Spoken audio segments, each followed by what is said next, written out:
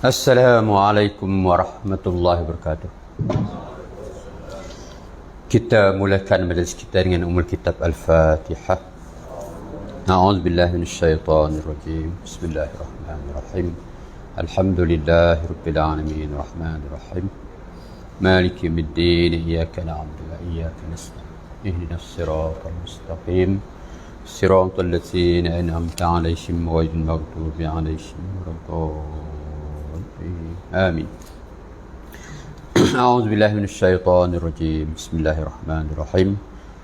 Alhamdulillahirabbil alamin wassalatu wassalamu ala asyrafil mursalin Sayyidina Muhammadin wa ala alihi wa sahbihi ajma'in. Subhanaka la ilma lana illa ma 'allamtana innaka antal alimul hakim. Wala hawla wala quwwata illa billahil aliyyil azim. Pertama-tamanya panjatkan syukur kita kepada Allah Subhanahu wa taala kerana masih diberi peluang bernafas pada pagi ini, pada hari ini. Hari ini sudah pun masuk hari yang ke-13 Sya'ban. Betul ya? 13 Sya'ban. Hampir separuh. Besok 14. So besok maknanya dah masuk kepada malam 14 dan seterusnya malam 15. Jadi bulan Sya'ban ni ada bulan satu malam yang dipanggil nisfu Sya'ban, separuh, separuh Sya'ban. Itu kelebihan malam. Jadi insyaAllah tak lama selepas itu, lebih kurang 2 minggu lagi kita akan menyambut kedatangan Ramadan pula. Maka doa kita, wa ballighna Ramadan, ya Allah panjangkanlah usia kami sehingga dapat bertemu Ramadan pada tahun ini. Jadi tuan-tuan yang dimuliakan, insyaAllah pada hari ini saya cuba nak bincangkan beberapa petikan ayat Al-Quran yang berkaitan dengan tajuk hari ini, ialah berkaitan dengan hidayah. Hidayah. Biasa kita dengar dah, dan biasa kita sebut, biasa kita ucap, biasa kita doa. Hari-hari kita doa supaya Allah berikan kita hidayah. Tapi bukan bermakna kita seperti mana tuduhan golongan Kristian. Dia kata tengok orang Islam, dia tak jumpa-jumpa lagi jalan. Hari-hari minta jalan.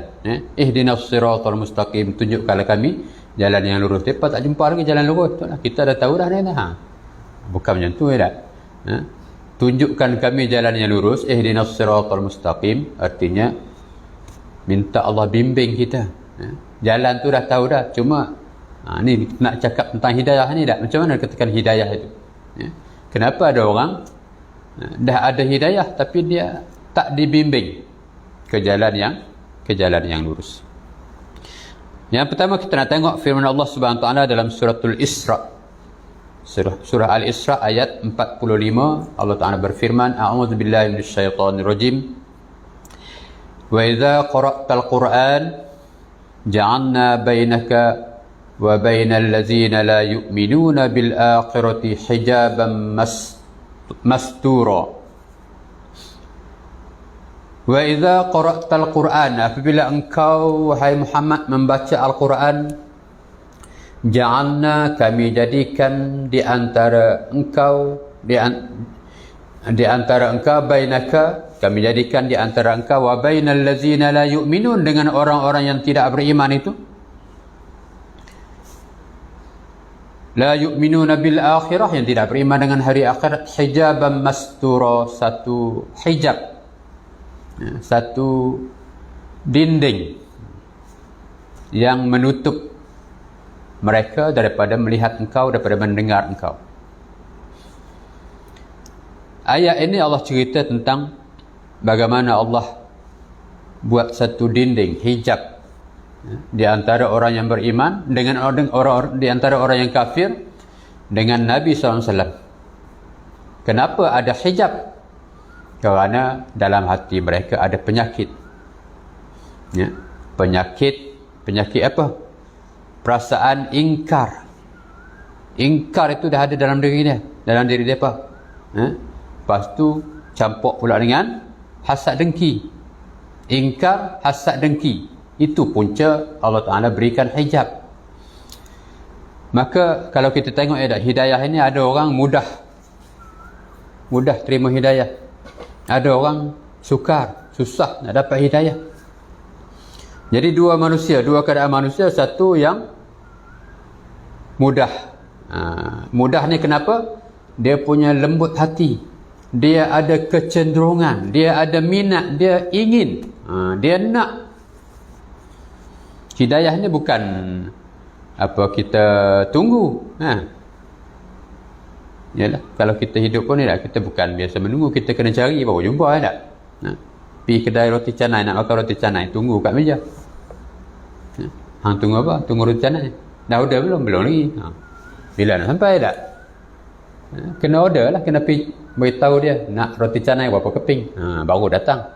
Kalau tunggu saja tak ada. Maka itu hidayah. Hidayah kita kena cari, kita kena usahakan untuk mendapat hidayah. Mungkin tuan-tuan pernah dengar seorang sahabat yang hebat juga, namanya Abdullah bin Salam. Abdullah bin Salam, dia ni orang apa? Dia ni bangsa Yahudi. Bangsa Yahudi. Di antara ulama Yahudi yang memeluk Islam. Jadi Abdullah bin Salam ni sebelum Islam namanya ialah Husain bin Salam. Kita ada Pak Husin, lebih kurang dekat lah nama kan. Husain bin Salam, itu nama sebelum Islam. Apabila beliau memeluk Islam, Nabi SAW tukar namanya kepada Abdullah. Abdullah, hamba Allah bin Salam.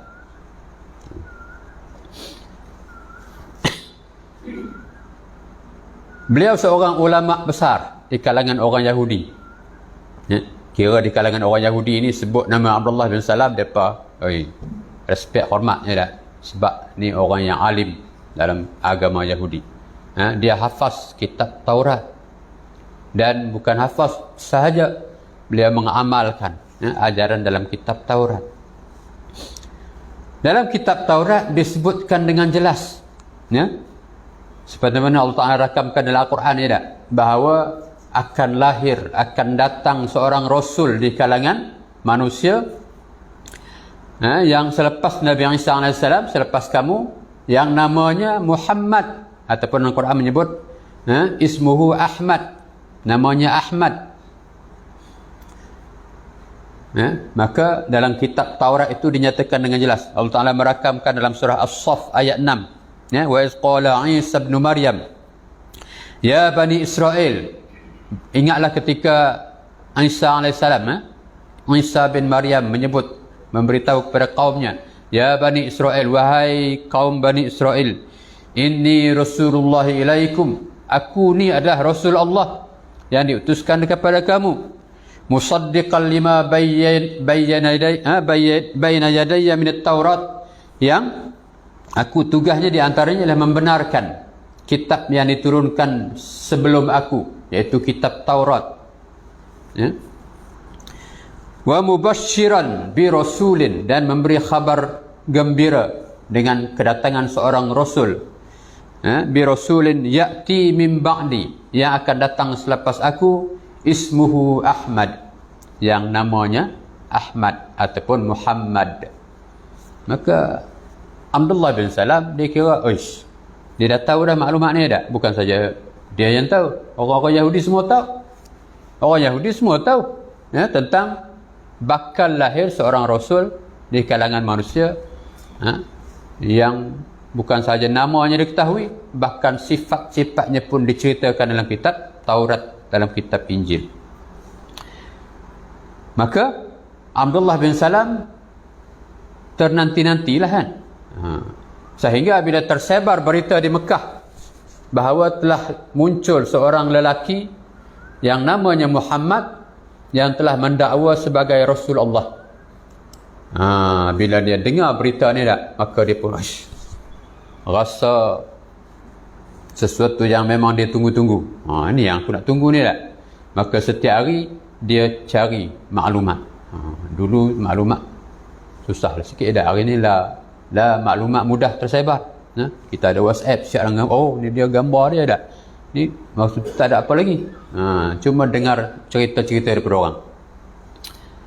Maka setiap kali dia dapat info tentang Nabi SAW, dia tengok dengan kitab apa yang disebut dalam kitab Taurat, dalam kitab Injil. Betul tak?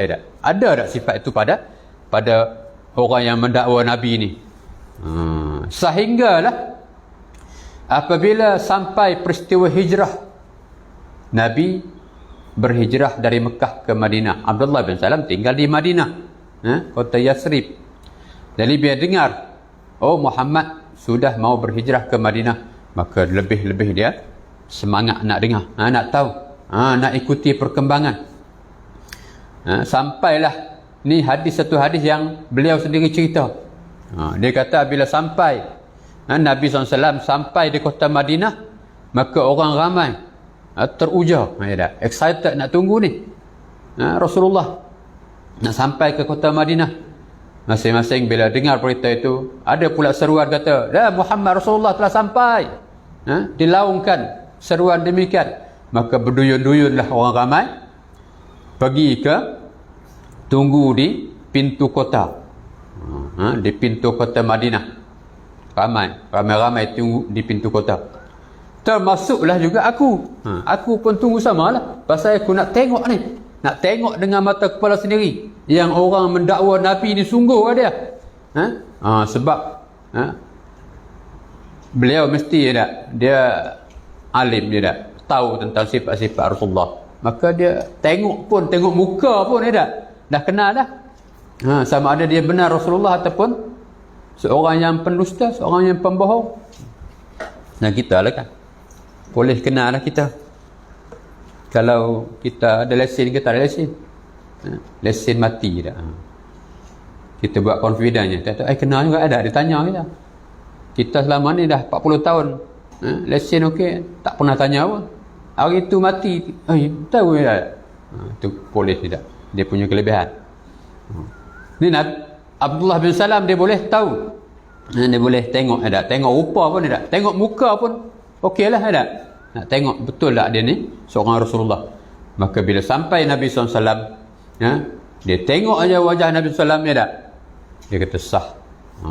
Memang tak ada gaya muka penipu ni muka jernih, muka cantik muka soleh. Tengok muka dia dah confirm, dia yakin dia itu Rasulullah. Lepas tu dengar pula ucapan Nabi, ucapan sulung, ucapan pertama Nabi ketika sampai di kota Madinah. Abdullah bin Salam cerita, ucapan baginda ialah Nabi kata, ya ayuhan nas absus salam, sebarkan salam, ucapan salam. Maknanya salam ni apa dia? Salam, selamat sejahtera selamat sejahtera bukan selamat sejahtera biasa. Tak sama kita ucap good morning, selamat pagi je tak. Selamat sejahtera pun tak sama juga dia mesti ucapannya Assalamualaikum. Kenapa? Sebab dia ucapan dalam Islam yang ada kaitan dengan sejahtera daripada Allah untuk kamu, bukan sejahtera biasa-biasa, ucapan daripada Allah. Sebab itu kita ucap, jumpa orang sesama Islam, kita ucap Assalamualaikum sekurang-kurangnya. Ataupun kita nak hantar WhatsApp pun, kita mula dengan salam pun okeylah salam, ataupun assalam, barulah kita nak tulis apa. Jadi Islam ajar kita selamat sejahtera. Kita selamat, Allah bagi kita selamat, dan kita juga sentiasa orang lain selamat dengan tindakan dan perbuatan kita. Maka Nabi kata afsus salam, ada shin, ada sin. Afshu as-salam, sebarkan ucapan salam. Wa at'imut ta'am, Nabi kata, dan berilah makan, bagi makan orang. Islam suruh bagi makan, terutamanya kalau orang-orang yang memerlukan. Kita bagi bantuan, bagi makan kat mereka. Mereka tak makan. Bagi beras. Bagi makanan. Ataupun bagi makan juga ialah, termasuklah yang biasa kita buat ialah kita belanja kawan. Pergi kedai mana-mana. Oh, kawan kita kan. Masa bayar kita tolong bayar. Kita belanja hari itu. Wa at'imut ta'am. Sekali lah kan. Kemudian Nabi kata apa lagi? Wasilul arham. Hubungkan silaturrahim. Nabi suruh hubungkan silaturrahim. Jangan kita putuskan silaturrahim. Marah macam mana, klaim macam mana lepas tu, jangan tidak bertegur siapa. Kalau tak tegur siapa, marah sangat pun tidak. Nabi kata jangan lebih daripada 3 hari. Ini sampai sebulan tak.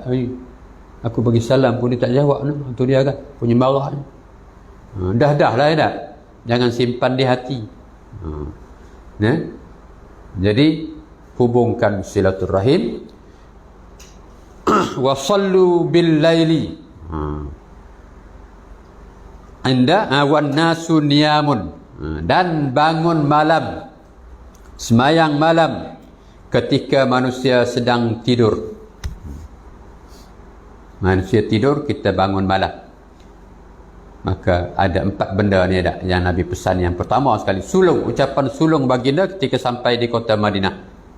Sebarkan salam, beri makanan kepada manusia, hubungkan silaturahim, dan bangun malam untuk qiyamul lail. Bangun malam ni pun kira utamanya kalau 40 ke atas ya, maka eloklah kita amalkan ya. Tak mampu setiap malam. Kalau mampu setiap malam, alhamdulillah. Tak mampu setiap malam, sekurang-kurangnya seminggu sekali ya tak? Tak mampu seminggu sekali, sebulan sekali. Jangan setahun sekali tak pun. Tahun depan pula baru sebulan sekali ya tak, okey lah. InsyaAllah program masjid kita mula dengan minggu ni ya? Minggu depan? Oh tadi ya, alhamdulillah. Tadi program Qiyamul Lail bulanan anjuran masjid kita mula balik. Jadi usahalah kan. Kadang-kadang kita terjaga juga tengah malam. Tapi sekadar pergi ke bilik ayam. Lepas ni tak apa. Tersedar pukul 5 pergi bilik ayam, terus sambung dengan ambil wuduk. Kita bangun, buatlah sekurang-kurangnya 2 rakaat. Ya dah. Qiyamul Lail, tahajud. Yang Nabi kata siapa yang baca 2 rakaat pada setiap malam, pada waktu malam, tengah malam untuk Qiyamul Lail, membaca 10 ayat sekurang-kurangnya, maka dia tergolong daripada orang-orang yang tidak lalai. Jadi terkeluar daripada orang-orang yang lalai. Kalau rasa berat, kita ringan-ringankan dia. Yang ni kita nak kaitkan dengan hidayah nanti ni tak? Hidayah. Maka bila mendengar ucapan baginda sedemikian, maka Abdullah bin Salam kata confirm memang ini adalah Rasulullah seperti mana yang baginda dakwa. Maka beliau telah memeluk Islam, mengucapkan syahadah di hadapan Rasulullah sallallahu alaihi wasallam. Maka Nabi kata di penghujung hadis tadi, tadkhulul jannata bis salam.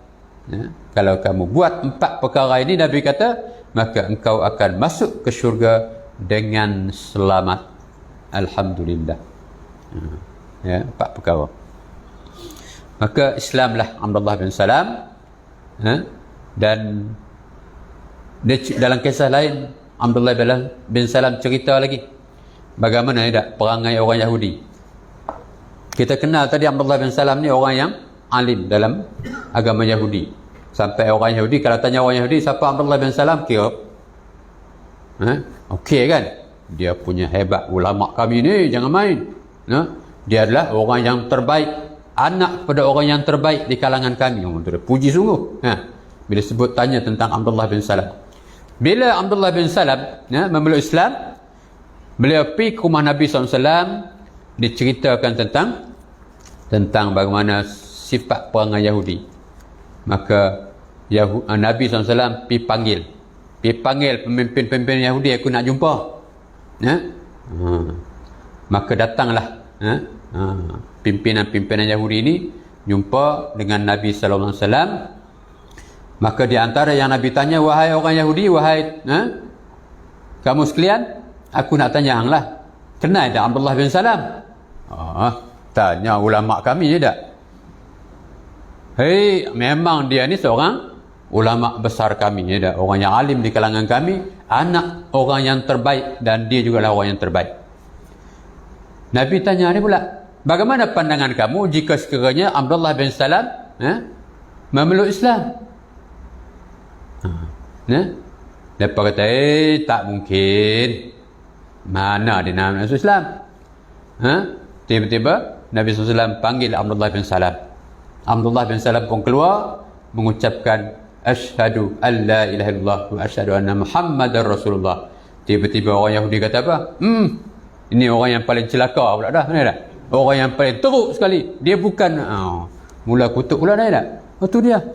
Yang tadi, ya tak? Punya pujinya, tak?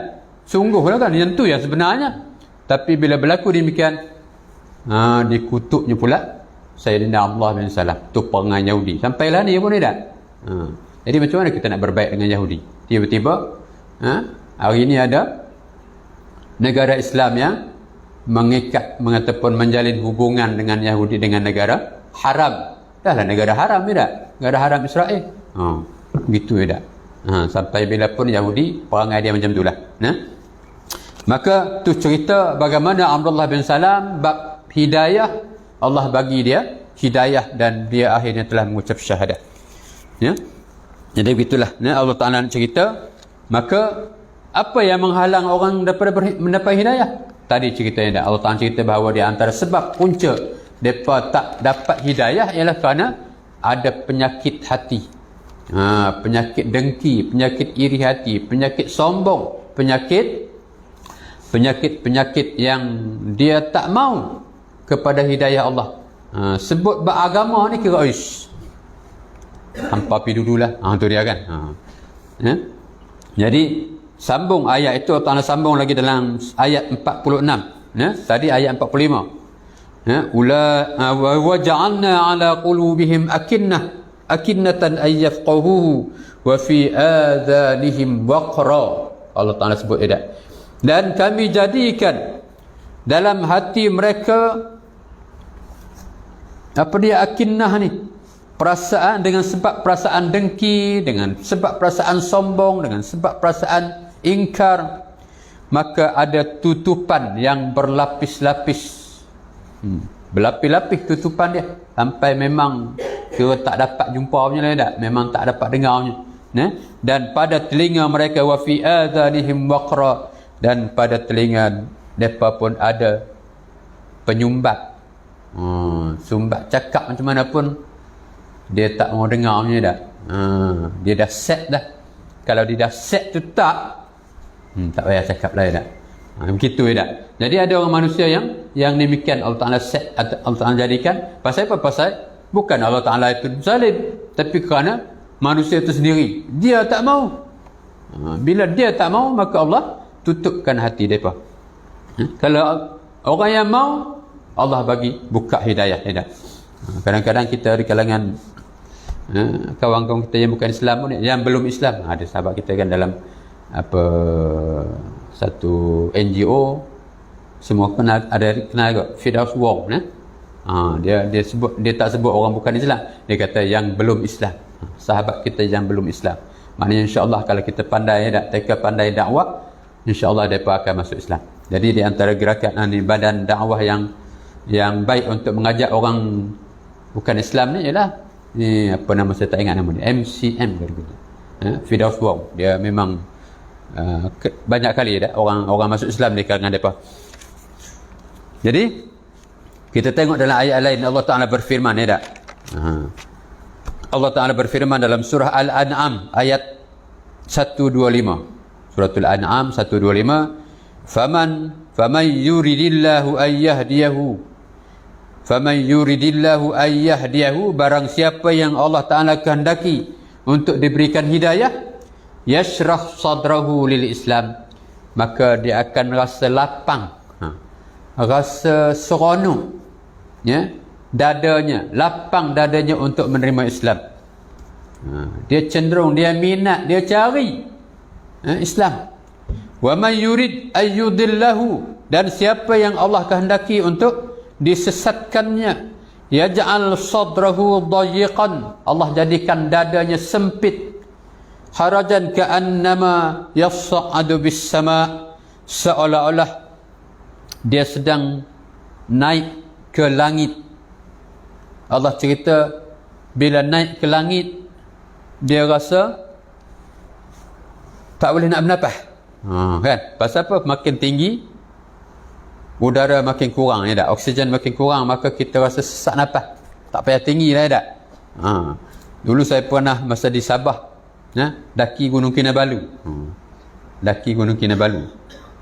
Sampai ke atas tu pun, ya tak? Dah rasa lah sesak dah nafas, ya tak? Tak berapa nak ni dah. Apatah lagi kalau tu tak sampai puncak lagi. Dia nak daki Gunung Kinabalu ni, kita tolak pagi, petang baru sampai atas.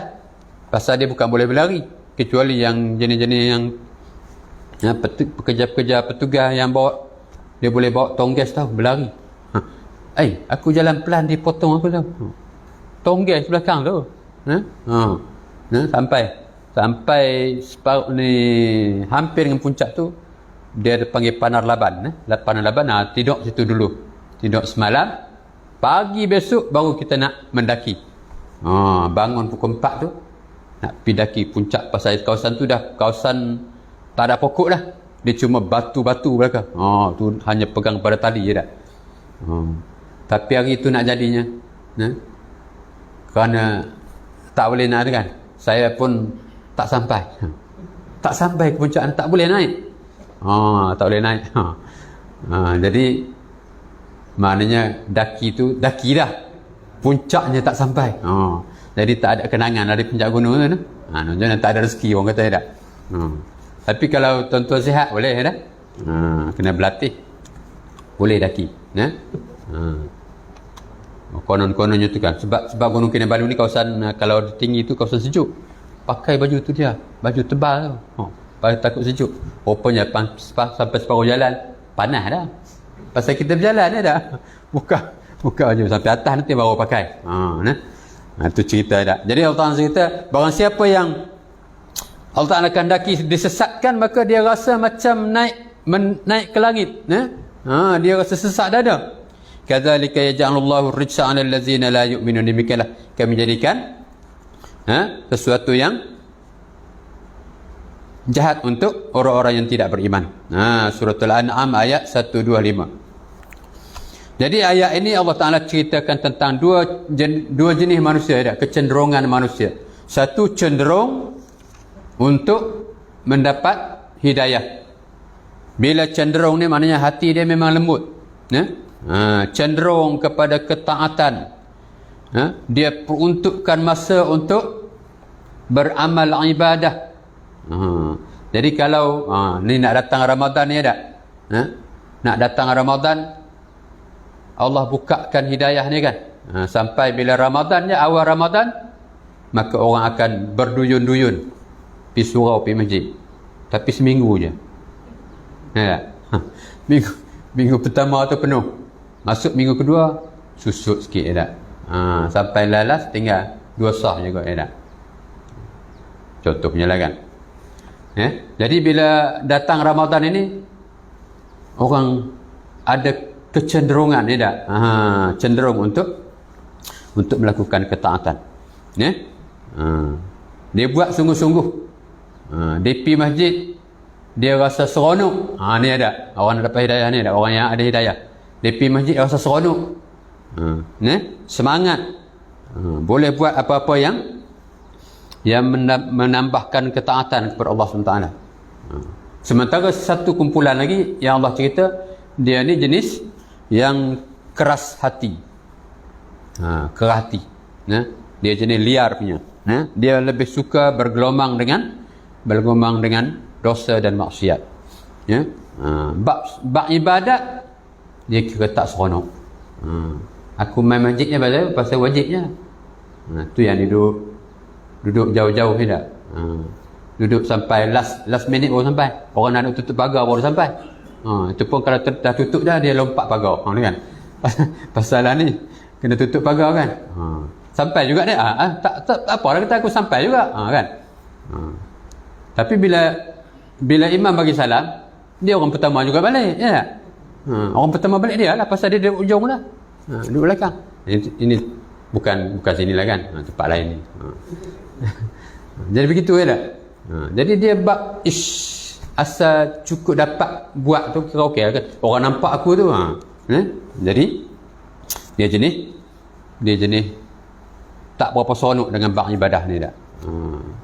Bila khatib panjang baca baca ayat Quran panjang juga, Allah panjang pula ayat dia baca je kan. Dia tak seronok. Jadi begitu ya Allah Taala ceritakan tentang sifat manusia. Sebab itu hidayah ini ada macam-macam jenis ya. Ada beberapa jenis, ada beberapa tingkat dia. Ya. Tingkat pertama yang paling, tapi walaupun dia tingkat pertama, dia juga adalah penting ya. Dalam kehidupan kita. Yang pertama dia peringkat dia panggil hidayah tabi'i. Hidayah tabi'i. Hidayah tabi'i ni semua orang ada, ya. Semua bukan saja manusia, bahkan binatang pun ada. Allah bagi hidayah namanya ya. Hidayah ni apa dia? Ilham lah ya. Ilham. Ya. Macam mana anak kucing ya tahu untuk menyusu dengan mak dia. Nak isap susu di mana kan? Mak dia mana ada bagi tahu pun tak? Nantinya tak ada kan? Mak dia suar ke tak kan? Macam kalau manusia mak dia suarkan kepada susu dia kan? Ni anak kucing tak ada kan? Dia cari sendiri lah. Dia nak cari tahu mana tak? Itu namanya ilham. Mak kucing nak bawa kucing kan? Nak bawa kucing ni tak boleh bergerak lagi, tak boleh jalan. Dia suka pindah-pindahkan anak dia kan. Ada manusia kacau dia, dia cari tempat-tempat yang selamat. Ya. Kita dah sedia dah kotak khas ni hang nanti beranak ni duduk dalam kotak ni tau. Dah dia tak duduk situ. Ya. Kita letak dia masa beranak dalam kotak tu, besok hilang dah. Dia bawa tempat lain kan. Macam mana dia bawa? Dia gigit tengkuk anak dia kan. Hidayah. Siapa bagi tahu kat dia? Siapa ajar dia? Mak dia dulu ajar kan? Hang nanti kena bawa anak. Tak ada kan? Hidayah kan? Hidayah tabi'i. Sama juga kita ada. Hidayah kita kan? Ya. Sifat semula jadi kita kata dia tabiat. Ya. Yang kedua hidayah panca indera. Kita tahu tak? Peranan fungsi panca indera. Ya. Mata, telinga dan sebagainya penting untuk kita menjalani kehidupan. Ya, termasuklah nak mendengar penerangan penjelasan tentang agama ya. Yang ketiganya hidayah akal. Alhamdulillah ya, dengan akal. Tapi semua hidayah ini ya, yang ketiga ni masih tidak mampu untuk kita mengenal Allah. Ya, kerana semuanya terbatas kecuali datang hidayah agama. Ya, hidayah agama. Iaitu hidayah Islam lah ada datang ajaran Islam. Agama pun macam-macam agama ada. Macam mana nak cari agama yang benar? Itu perlukan hidayah ya. Memerlukan hidayah. Ada kawan-kawan kita di kalangan yang bukan Islam, dia cari hidayah tak jumpa ya. Belum jumpa lagi. Tu yang belum Islam ya. Ada kadang-kadang dia ada kecenderungan dia minat. Ya? Sebab tu ada cerita ya, bagaimana dia masuk Islam. Dia cerita, aku memang daripada sekolah rendah lagi aku dah minat dengan Islam ni. Kan? Allah Taala bagi dia hidayah daripada awal dia nak cari Islam tu. Tapi kan dia pasal apa? Pasal kawan-kawan dia semua. Aku seorang je yang bangsa lain ni yang semua Melayu. Semua orang Islam. Dia cari. Tapi kawan-kawan yang Islam pula tak ajak dia pun dia tak. Sepatah pun tak cakap kat dia. Sampai sekolah menengah kata baru aku minat lagi kan. Sampai ada setengah tu dia masuk kelas agama. Kan? Dia ngaji sekali. Dia belajar sekali. Tapi belum dapat hidayah. Sampai ke peringkat universiti. Sampai peringkat universiti. Jumpa pula.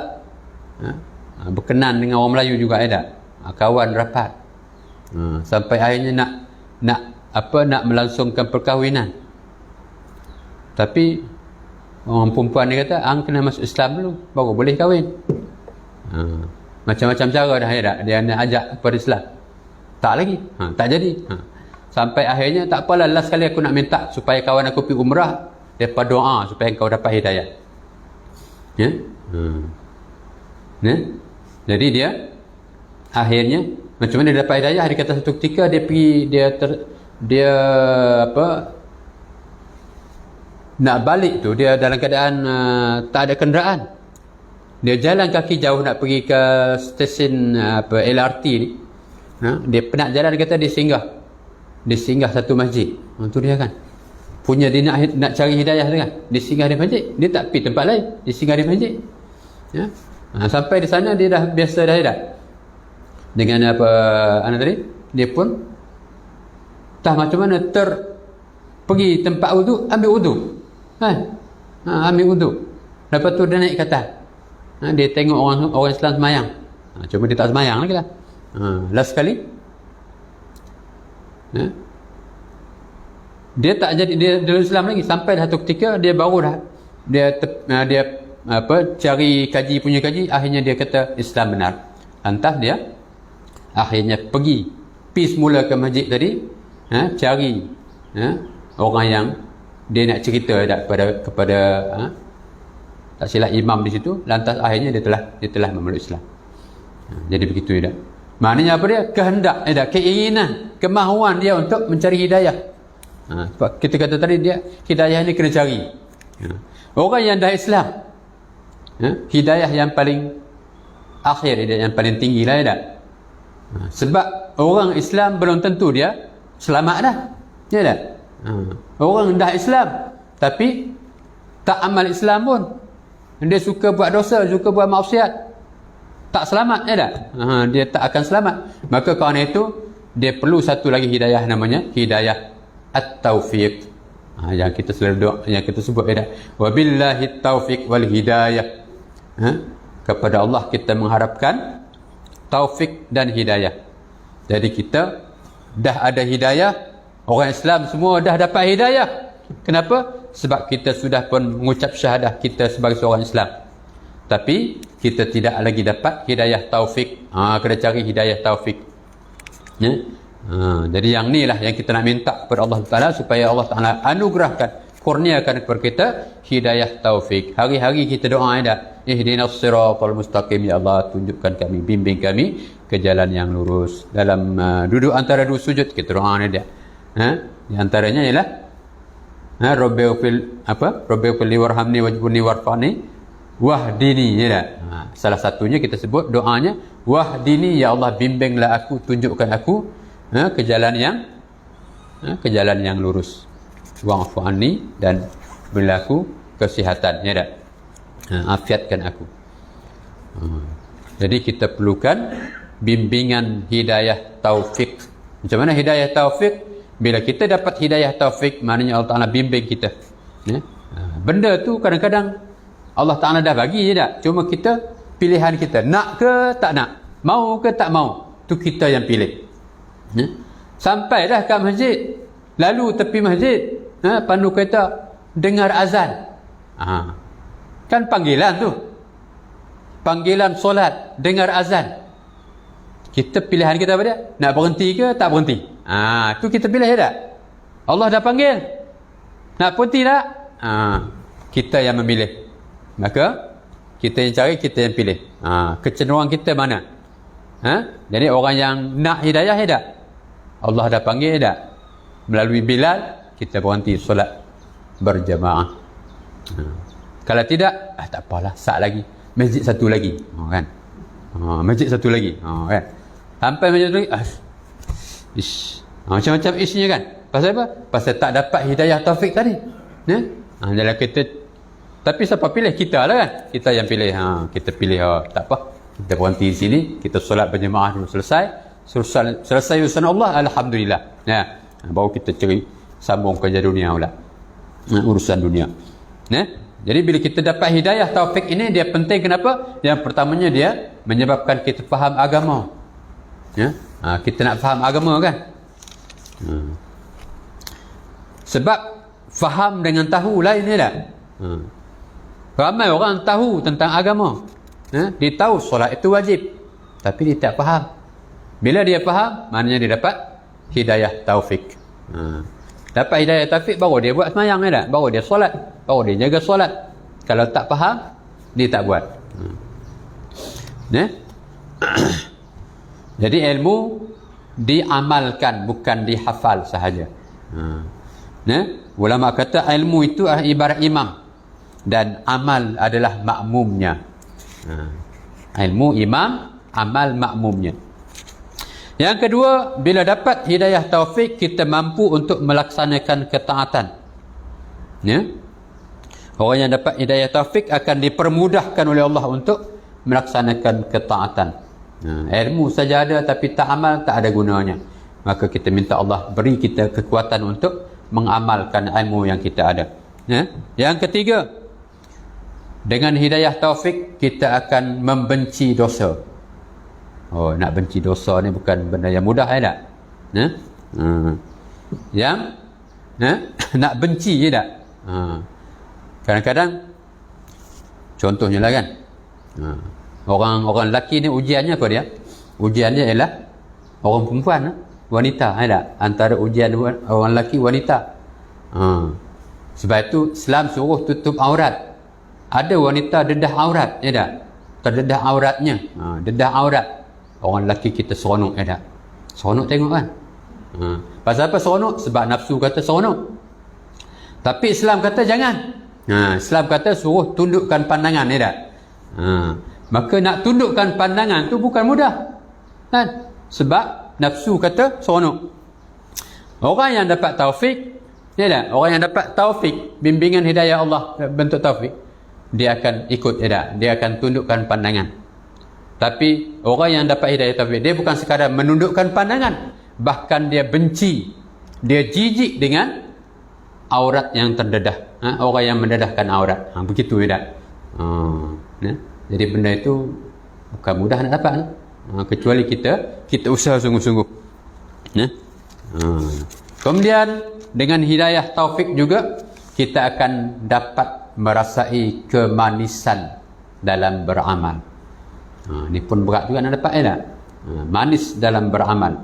Bukan mudah untuk kita melakukan ketaatan sehingga kita rasa seronok. Manis ni macam mana? Seronok lah, tak? Seronok dalam beramal, dalam melakukan ketaatan. Bila kita solat, kita rasa seronok dalam menunaikan solat. Bukan sekadar buat, asal buat.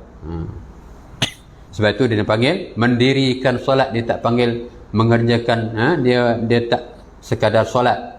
Tanya anak, dah solat ke belum? Dia akan jawab, dah. Memang dah pun tak. Tapi kadang-kadang ke peringkat nak mendirikan solat, tak? Nak jaga, nak solat dalam arti kata yang sebenar, tak? Nak dapat khusyuk, tak? Jadi kalau kita dah dapat hidayah taufik, kita akan rasa seronok untuk melakukan ibadah. Seperti mana hari ni seronok kita nak tunggu bulan Ramadan, tak? Seronok, tak? Tak lama dah, tak sabar untuk menunggu kedatangan Ramadan. Kita akan rasa tenang. Buat ibadat, kita rasa tenang. Baca Quran, alhamdulillah, tak? Kita istighfar, lapang rasa, tak? Sebab itu tak heran kalau sahabat-sahabat Nabi, tak? Wali-wali Allah, mereka dalam bab ibadat, Masya Allah, tak? Kita nak tiru mereka lah, kan? Mereka kalau bab solat, semayang tu, tak? Khusyuk sungguh. Sampai diceritakan bahawa burung boleh hinggap atas orang soleh yang sedang mendirikan solat pasal dia ingatkan tunggul kayu. Tak bergerak ni, kan? Tu dia, kan? Kita burung lari je, tak? Burung tahu ingat. Jadi begitulah, kan? Dan yang terakhir, orang yang dapat hidayah taufik, Allah sentiasa pelihara. Allah sentiasa berikan pertolongan. Pertolongan kepadanya, dipelihara daripada sebarang apa bahaya, sebarang perkara yang merosakkan. Dapat mengalahkan musuh dan sebagainya. Tak kira musuh macam mana, tak? Allah Ta'ala pelihara daripada perkara-perkara berkenaan. Maka Allah Ta'ala tutup, Allah Ta'ala kaitkan ayat ini. Allah Ta'ala berfirman, wallazina jahadu fina lanahdiyannahum subulana. Allah kata dalam suratul Ankabut ayat 29, dalam ayat 69, Allah Ta'ala menyebut wallazina jahadu fina, barang siapa yang bersungguh-sungguh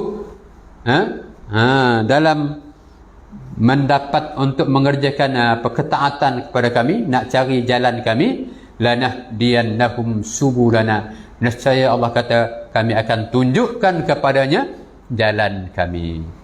Jadi maknanya perintah Allah supaya kita dalam bab hidayah ini, dalam bab ketaatan, kita kena ada kesungguhan, sungguh-sungguh buat, baru Allah bagi tunjuk jalan. Jadi kalau sekadar tunggu tadi tak, tunggu hidayah, aku tak dapat hidayah lagi pula dah hidayah. Hidayah bukan ditunggu, hidayah kena cari. Maka insya-Allah mudah-mudahan kita nak minta, jangan lupa doa tak. Setiap hari kita doa kepada Allah Ta'ala supaya Allah tambahkan, Allah berikan kita hidayah supaya mudah kita untuk melaksanakan ketaatan kepada Allah Subhanahu Wa Ta'ala. Kedatangan Ramadan ini insya-Allah kita pulun sungguh-sungguh. Peluang ini kita tak tahu, tahun ni pun tak tahu lagi jumpa tak tak. Kita berdoa ya Allah, jumpalah tak. Dapat jumpa Ramadan tahun ini, kita gunakan sungguh-sungguh kesempatan itu untuk kita beribadah, tambah sungguh-sungguh tak. Quran baca, istighfarnya banyak, doanya banyak, tarawih jangan tinggal. Solat fardu lagi lah tak.